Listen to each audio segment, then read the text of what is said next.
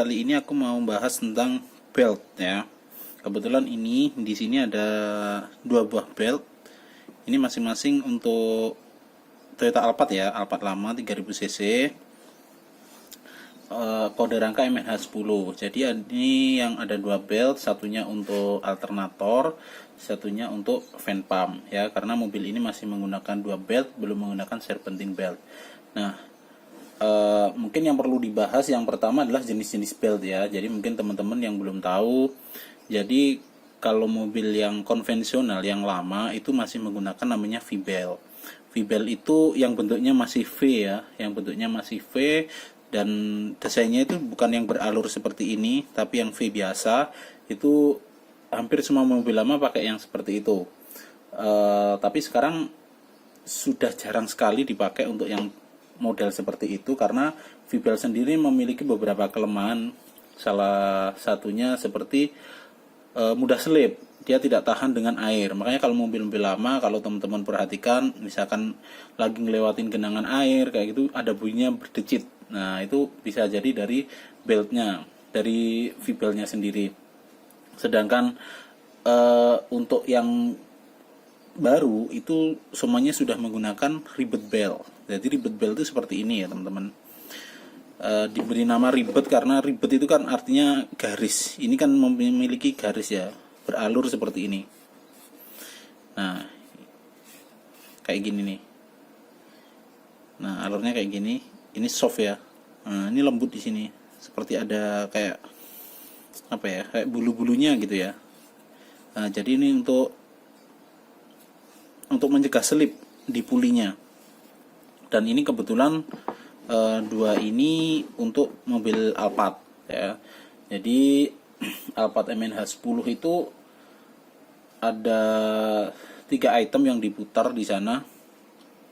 Yang pertama itu alternator, kompresor AC sama fan pump atau pompa power steering. Mungkin lebih enak kayak gini ya gambarnya ya. Sorry. Nah, ini diagramnya kayak gini. Untuk ini yang mesin menggunakan 2 AZ.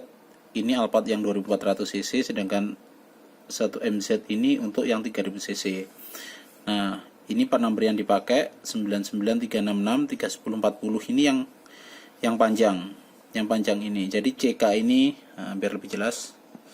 CK ini crankshaft, yang CC ini cooler compressor AC, yang AL ini alternator, sedangkan VP ini fan pump atau pompa power steering ya. Jadi yang lebih panjang ini yang digunakan untuk di alternator. Oke, jelas ya. Jadi part numbernya beda dan ukurannya pun juga berbeda. Ini itu aja sih, bedanya cuma itu aja. Satunya lebih panjang, satunya lebih pendek. Oke, kalau untuk ini saya ini yang belt yang ini. Nah, ini part numbernya di sini ya. Ini part numbernya. Belt ini disuplai oleh Mitsubishi nyuplai ke Toyota. Nah, 6PK1040 ini adalah part number dari Mitsubishi-nya. Sedangkan ini part number dari Toyotanya. Jadi misalkan nih teman-teman mau beli belt yang kayak gini tapi nggak tahu part numbernya, yang ini mungkin udah aus atau gimana, bisa dilihat dari ini ya. Jadi misalkan mau beli part, bisa pakai part number yang ini 6PK1040 kayak gitu. Itu udah pasti cocok nanti. Oke, kalau yang ini nggak tahu saya, ini kode untuk apa ini. Nah, jadi belt itu seperti ini, rivet belt ya. Dibandingkan untuk yang V-belt ya, rivet belt ini lebih awet karena dia cenderung tidak selip karena alurnya ini banyak, terus tidak berisik ya, dan ya lebih awet ya. Cuma lebih mahal dibandingkan yang V-belt ya. Kalau misalkan di dalam kendaraan Alphard misalnya yang 2400 cc, dia itu sudah nggak pakai 2 belt lagi, tapi pakai 1 belt kayak gini tadi ya. Nah, ini kan beltnya 1 nih, beltnya cuma 1. muter, ada beberapa komponennya. Nah, ini namanya serpentine belt. Serpentine belt itu desainnya mirip kayak, ya sama kayak gini, cuma dia lebih panjang dan itu membutuhkan tensioner. Jadi sorry balik lagi nih. TE ini ada tensioner. Tensioner itu fungsinya untuk menjaga ketegangan belt supaya dia tidak terlalu kencang dan tidak terlalu kendor. Sedangkan ini crankshaft, dia muter kompresor AC, terus muter alternator ya, muter ini juga power steering kayak gitu. Tapi beltnya cuma satu, ini harganya lebih mahal lagi. Kayak gitu. Ini WP, ini water pump ya. Oke. Sedangkan yang kayak gini harganya nggak terlalu mahal dibandingkan yang serpentine belt. Ada lagi sebenarnya belt satu lagi, yaitu timing belt.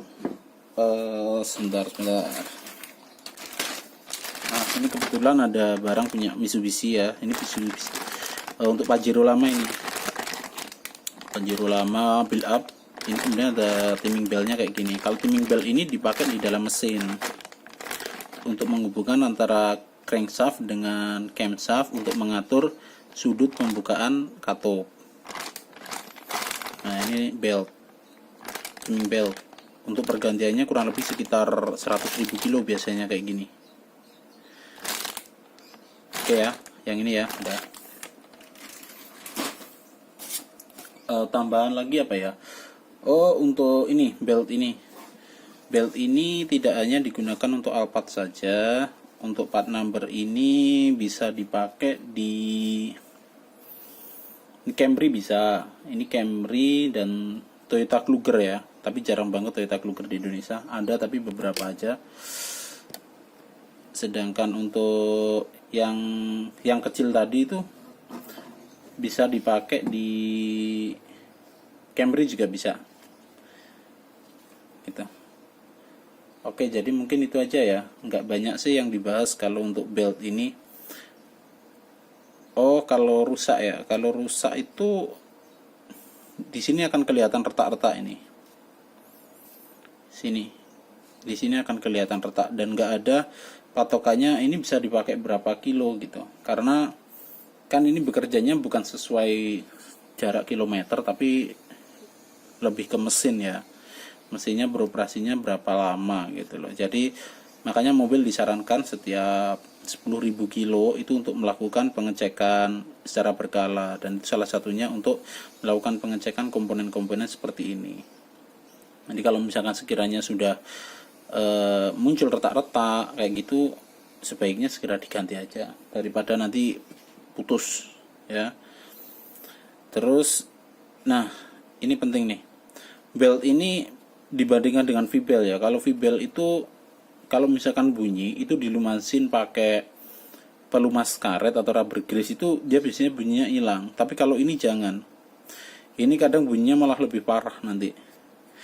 Biasanya sih kalau di Innova contohnya itu serpentine beltnya itu kalau misalkan ada bunyi kita lepas, kita cuci. Kita cuci bersih, kita coba pasang lagi. Nah, kalau misalkan masih bunyi lagi berarti harus ganti gitu aja. Walaupun secara fisik kondisinya ini nggak begitu rusak gitu loh, masih utuh, cuma yang ini yang lembut ini udah nggak ada, ini udah habis. Jadi meskipun udah dibersihkan, dicuci, dipasang bunyi lagi, jadi harus diganti. Oke ya, jadi sekian aja video kali ini tentang belt. Kalau misalkan ada yang ditanyakan atau videonya kurang bagus, silahkan komen di bawah ya. Untuk pemesanan spare part nanti ada linknya juga di bawah. Oke, terima kasih dan sukses selalu untuk Anda.